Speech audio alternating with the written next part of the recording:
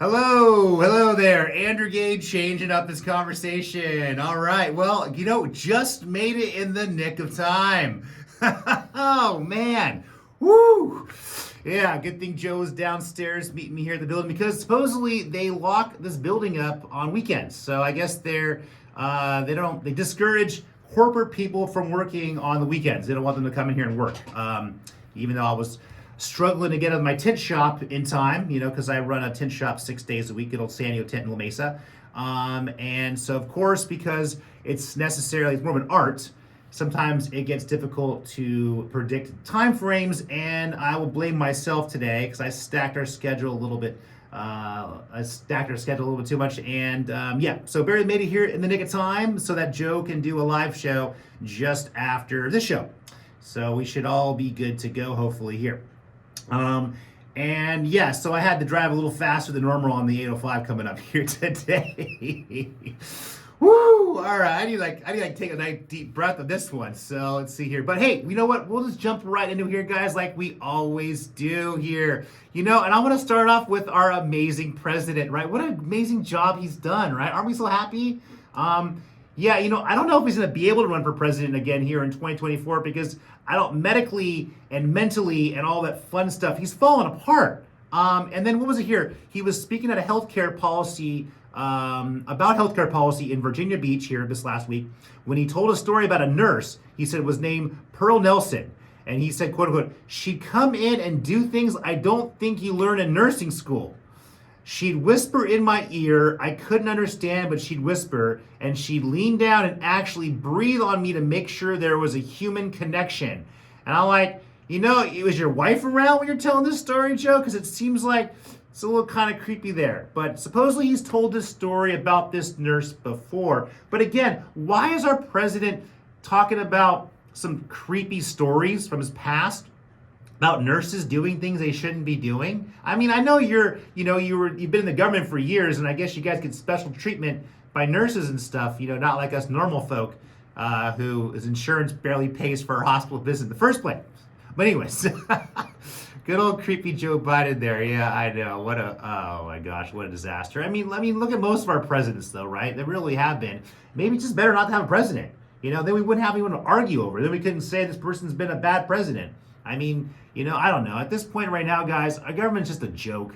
The fact that we're still allowing them to exist, to me, is just like, I don't know. It's mind-boggling. When are we going to grow up and realize that we don't need to have a bunch of corrupt politicians who don't represent us? If the majority of Americans agree that our representatives don't represent our best interests, then why do we have them? Okay? Why are we paying for a service that's not giving us anything in return? We wouldn't be paying for anything else. We wouldn't be paying a company for some sort of service if we weren't getting a service. We would disconnect. We would discontinue, right? It's like, hey, if I'm not using the internet, I'm going to cancel my internet service, right? I'm not going to have 5 cell phones if I'm only using one.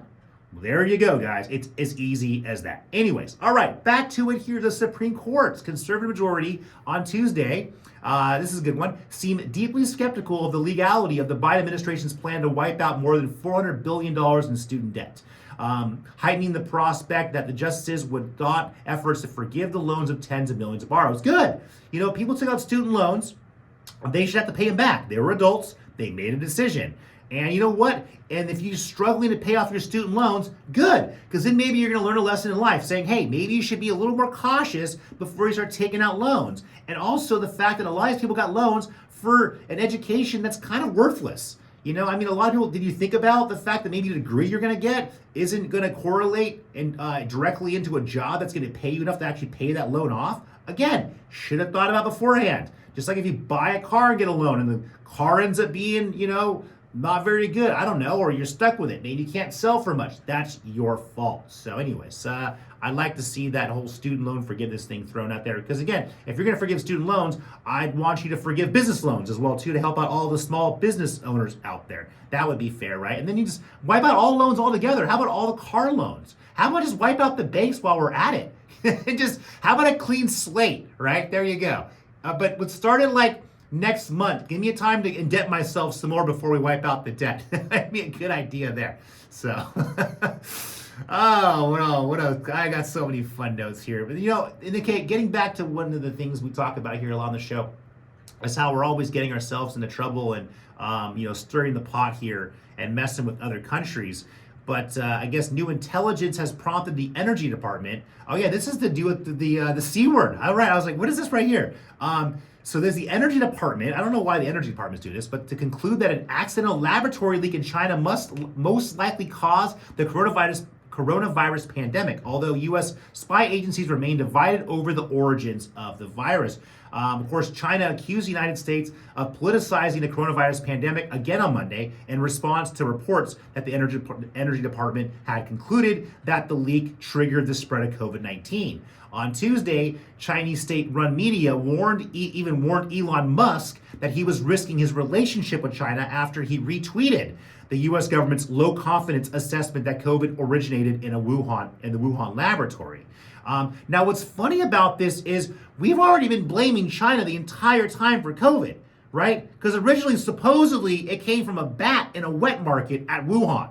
So China was already responsible for COVID. I mean, it was a Chinese bat, right? You know what I mean? It came from China. A Chinese person supposedly ate this bat. Now, the thing is, I'm surprised and shocked, and I have been for 3 years, that people were so willing to buy that nonsense excuse and that lie about a bat. Have you thought about that? Even if a person caught a disease from that bat, it wouldn't be able to spread like COVID. It would have to be something that already most humans would pick up as disease. And again, I'm not a virologist, I'm not an expert, I'm not a scientist, I'm not a doctor, I don't know this stuff, but I'm smart enough to know that. How? I don't even know. I can just pick up on certain things. So I got a lot of gripe for, calling out COVID since day one. And being one of those people that say, hey, you know what, I'm not denying the fact that it exists. It's obvious it existed. But where it came from and why it existed were one of those things to me. I said, look, this was done on purpose. Even if it was by accident, it was created on purpose. And then the fact of the matter is, it boiled down to pharmaceutical companies making a ton of money. It came down to government being able to pick and choose who stayed in business, who stayed open, who was essential and who was non-essential. So the government benefited, large corporations benefited, and pharmaceutical companies benefited. And that's who benefited from it. Now, at the end of the day, now we're finding out we've been lied to, and I want to hold all these people and all these agencies and all these corporations responsible for everything they did, for financially and the liability, and also maybe just for, emotional, right, damage and stuff like that, for all the people out there that are still suffering and the consequences and repercussions from COVID, which is going to probably go on for the rest of our lifetime. So that would be a fun little lawsuit to figure out there. I'd like to see what a jury is going to award the majority of humans on planet Earth for the crimes that were committed by these governments and these corporations. So there you go. Just some ideas, guys. But keeping on the subject of China here, this is not a good one either. China will attack the American homeland if, quote unquote, a major war erupts over Taiwan or elsewhere in the Indo-Pacific. The U.S. Army's top civilian said this week. So I don't know who this Army's top civilian is, but again, that's not good news. Quote unquote, if we got into a major war with China, the United States homeland would be at risk, as well as with both kinetic attacks and non-kinetic attacks, whether it's cyber attacks on the power grid or pipelines. Army Secretary Christine Wormuth said Monday on the American Enterprise Institute. They are going to go after the will of the United States public. They're going to try to erode support for a conflict. So here's the unfortunate reality. So we're going to have to wait till we get into a confrontation with China so that they can destroy our infrastructure and cyber attacks and all that fun stuff, and even possibly worse. And then finally, once Americans realize, wait a second here, this is not good, then we're going to decide not to get a conflict. How about we not get into conflict beforehand? How about we do what I've been saying? How about we say, hey, Taiwan, it was nice knowing you. Good luck. How about Ukraine? Hey, you know what? It was fun while it lasted. Glad we were able to get rid of all of our old military supplies while we're able to help you guys out. But now we've run out, and you can go ahead and just have fun with Russia. Again, because at this point right now, all we're doing is further endangering the future for Americans, and people are dying, and that's not cool. So Yeah, and then what in Germany, they're getting mad too. I guess even like the German Chancellor of Germany, something like that, met with Joe Biden, and it was a closed door. There was no media afterwards because it seemed like the meeting didn't go very well, which probably means that Germany's saying, hey, America, you know what? We're not really interested in continuing this. And Joe Biden was probably like, come on, Germany. And yeah, so probably didn't go well. And there's been demonstrations. I guess there was a demonstration against supplying Ukraine with weapons for the war with Russia here. It attracted over 10,000 people just this last Saturday in Germany. So a lot of people in Germany obviously are upset about it. Good. They should be. I'm surprised more Americans aren't upset about this. I guess they were saying here, we call on the German Chancellor to stop the escalation of arms deliveries now, because every day lost costs up to 1,000 more lives and brings us closer to a third world war. That's what the protest organizers said. Germany, along with the United States, has been one of the biggest suppliers of weapons for Ukraine. Negotiate, not escalate. One sign held by a demonstrator said, while a banner in the crowd read, not our war. You see, look at that. The Germans are right. Who would have thought the Germans got some smart people running around there? Build some of the best cars, they're good engineers. Also, they're pretty smart when it comes to war. I mean, weren't they kind of like right in the middle of that World War II thingy that went on there back in the day? Yeah, so maybe they should probably know better to say, you know what, maybe we should stop this. And again, that's what it boils down to. It really boils down to the fact that, this is an international it's almost an international crisis because, again, we're allowing our governments to make decisions for the people of these countries. So people of Germany, people of America, all over Europe. I mean, Europe's been the one that's been suffering the most with their, for energy, because they've been getting the majority of their energy from Russia. So, with inflation, food resources and things like that coming from Ukraine and from Russia. So, if anything, those are the people out there that should be more upset. And I really would hate for it to get closer to America's homeland here. So anyways, guys, we're going to take a short break here and catch you on the flip side.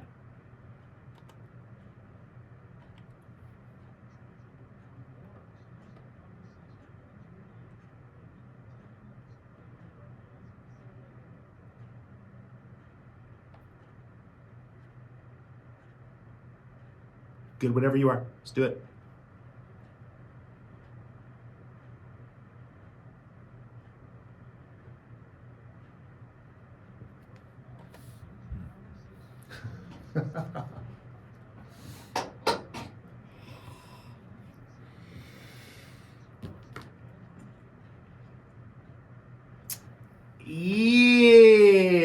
Yes. Yeah. Hey, there's Mary. I'm Mary Andrew, this guy up here changing some things up.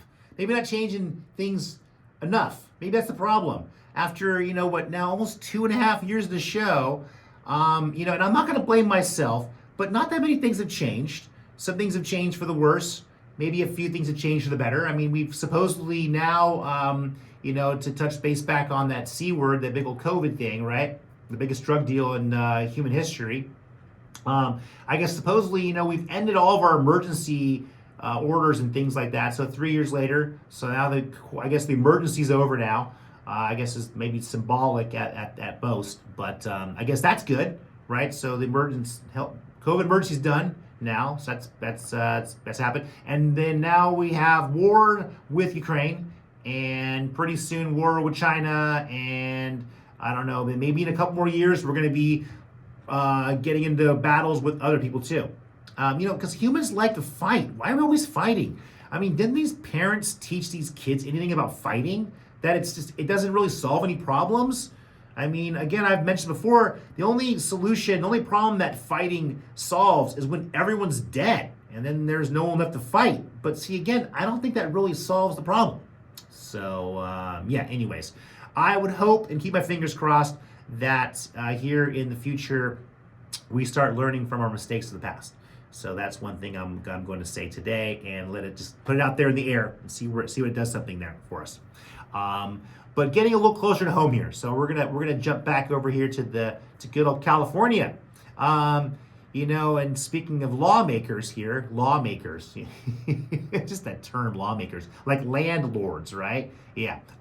So some California lawmakers want to eventually ban all tobacco sales. Oh, okay, that's interesting. Because because we've already banned flavored tobacco, but see, that ban's not going very well because it seems like all these stores are still selling all these flavored tobacco and the puffs and all those e-cigarettes and things like that. Because I don't really think that when they passed the ban that they created an arm for enforcement. So, because I don't see cops going into smoke shops and arresting them and confiscating all their inventory. And then again, who's going to stop all this stuff from coming from out of state? You'd have to literally ban the flavored tobacco and flavored tobacco products in the entire United States. And then it's going to turn into the same situation with all these other drugs that were illegal. So I don't know. It just seems whatever. So getting back to banning all tobacco here. I guess that they're filing legislation to make it illegal to sell cigarettes and other products to anyone born after January 1st, 2007. Now this is an interesting one. So if signed into law, it would mean that in 50 years from now, this will be 2073, I'm probably not going to be around anymore, people wanting to buy cigarettes would have to show an ID to prove they're at least 67 years old. So in essence, they're saying that we're going to try to cut off anyone that's, the younger people from being able to buy cigarettes. So if you're already smoking, you can keep smoking until the day you die. But if you want to start smoking, you're not going to be able to start smoking illegally.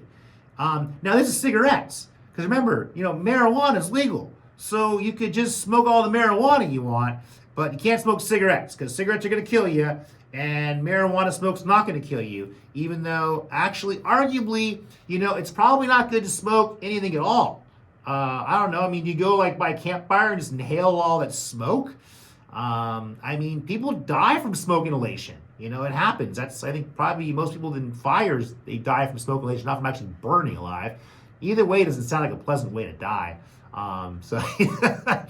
Yeah, and so anyway, getting back to it.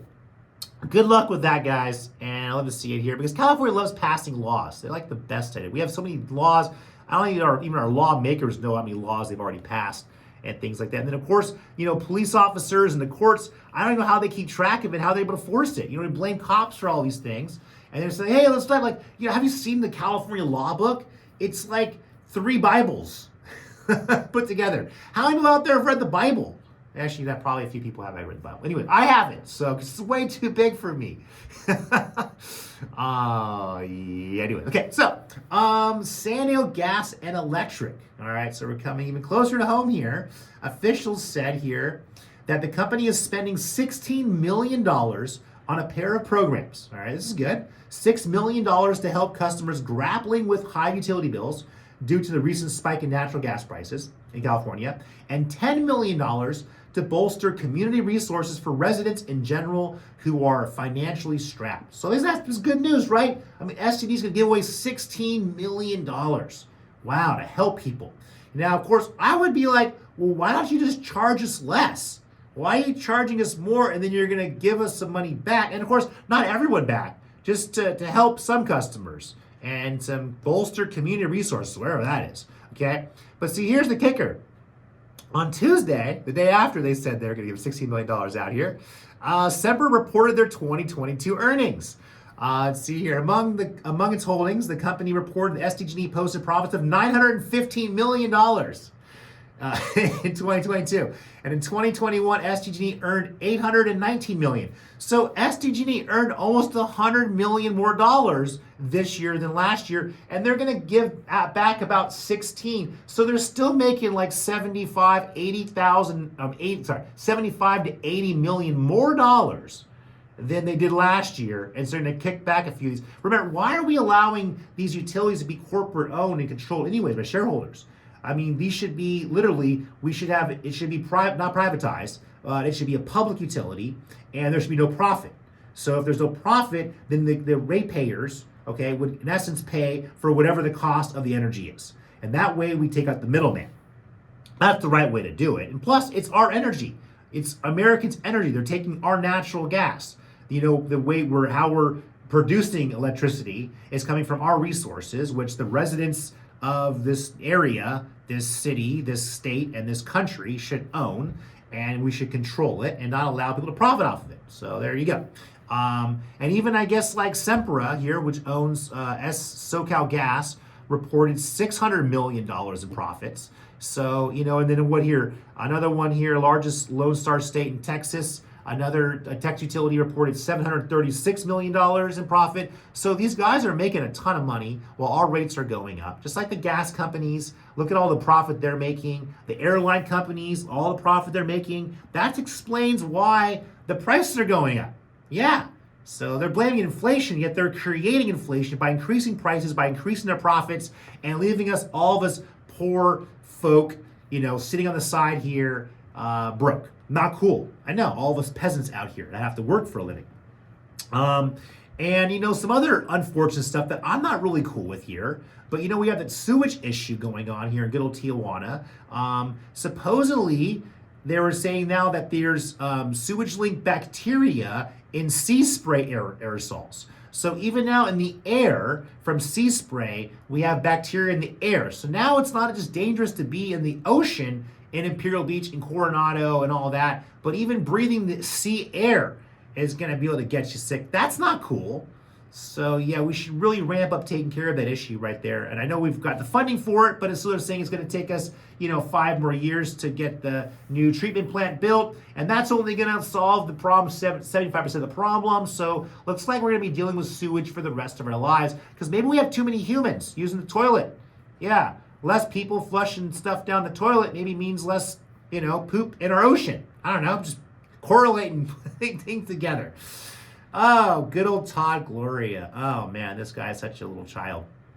But when he came into the mayor's office here in 2020 on his agenda of promising change, he was facing some familiar high-profile problems, obviously, the homeless issue and things like that, infrastructure. There's some of the same issues that plagued his predecessor, Kevin Faulconer, and they may define both of their legacies. Seemingly, the issue with homelessness, obviously Todd Gloria hasn't been able to do anything. It's getting worse. Questionable municipal land deals that benefited political patrons. Homelessness was pervasive under Faulconer. It's become worse under Gloria. I already mentioned that, but that's one of the biggest issues we have. And it's not even mentioning the infrastructure issue that we're literally now, I can't even count how many billions of dollars behind and we are in infrastructure. So yeah, that's a big issue. But one of the good things I'm seeing here is that that Gloria joined other California mayors in Sacramento on Wednesday to urge support for a bill that could increase the number of people ordered to conservatorship or treatment because of serious mental health issues. So that actually might help us get some people off the street.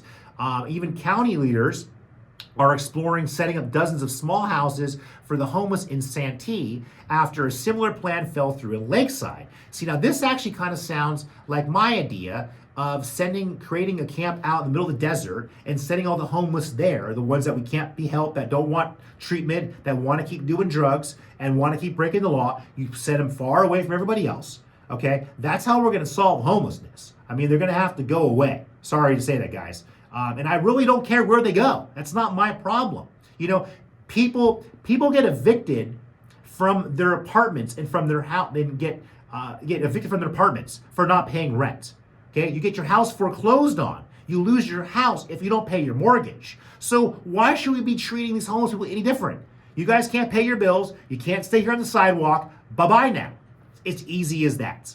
And here's another one here, because remember, in good old Mexico's president announced Tuesday that electric car company Tesla has committed to building a major plant in the industrial hub of Monterrey in northern Mexico.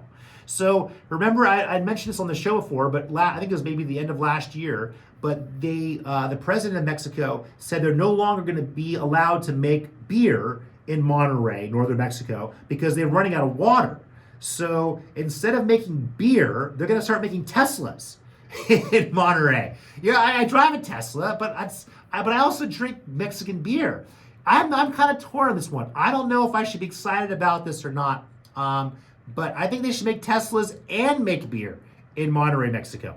And I'm not saying drink and drive. Drive somewhere and then drink. That's the way proper order of doing it here. So yeah, that's the thing. But running out of water. Good thing California, we got tons of water from all these storms. Even though sometimes we got too much snow. People are still buried a week later in their homes. That's kind of crazy. So hopefully they get all dug out, everything, by the time I go snowboarding here next weekend. And I'm going to leave off with one last thing here, guys. But back in the 1980s, 3 Superior Court judges were tried under the RICO Act, the first in California history. Now that's the Racketeering Act. I would like us to see us hold all of our California politicians guilty under the RICO Act. Okay, there you go. Then that way we just arrest them all, throw them all in jail, and then we'll get rid of our government, the legal process. Okay, all right, I'm out of ideas for the day, guys. Love you guys out there. Andrew Gay, change the conversation. I'll catch you guys next week.